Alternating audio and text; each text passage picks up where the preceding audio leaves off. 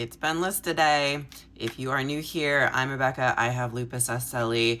This is my weekly injection that helps me with that. Lucky 13 today, and I want to talk to folks with chronic illness who want to do activism, because as I mentioned in my previous videos this week, I got my butt out to the 550-51 protests, and I also do daily activism either online or in person, depending on the day.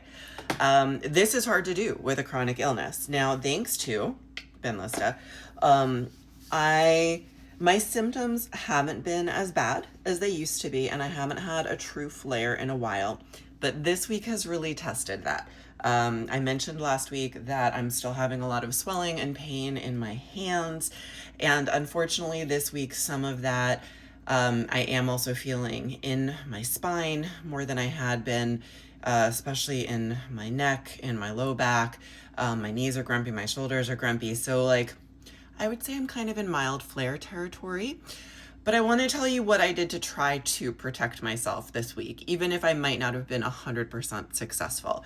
So first off, when it came to actually going to the protest, I live in a very cold area. It was 23 degrees when I was there, and with a feels like of 14, because wind chill, especially in a city, it is a lot.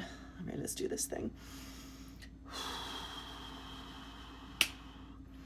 So I've mentioned before in my videos about Raynaud's that my husband is amazing and has given me heated gear for the past few winters.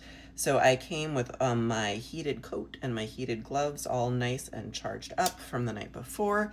And I also have these amazing new Kamek boots that I freaking love so much. Kamek is a Canadian company, and I found boots that they make that are rated for -200 degrees. They're like the only things that actually keep my feet warm.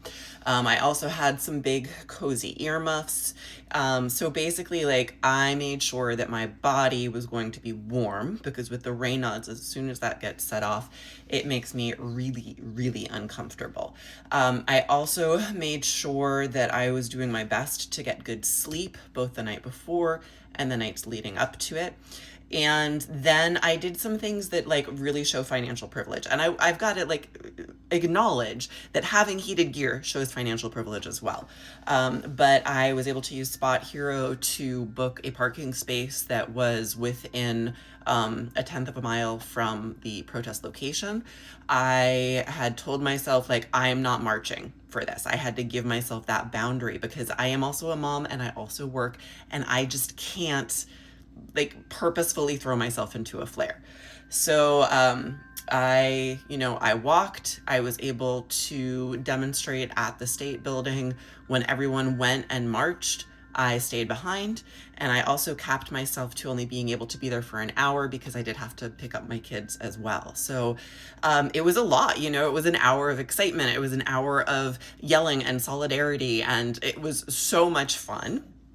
And I'm really glad that I gave myself those boundaries, because it did help me be able to still be present for my kids later, and not be completely wrecked the next day. Am I tired from it? This was like 2 days ago. Yes, I am still tired.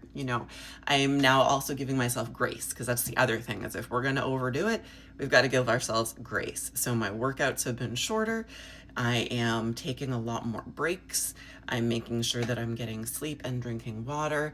And I'm also really hoping that Benlysta helps, because the one thing it consistently does for me is give me a boost of energy. So crossing my fingers this time as well.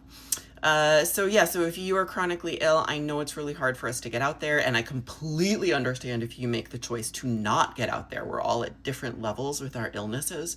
But if you are going to get out and do in-person activism, make sure you set rules for yourself and boundaries and take care of yourself, because it's so easy for us to overdo it. See you later.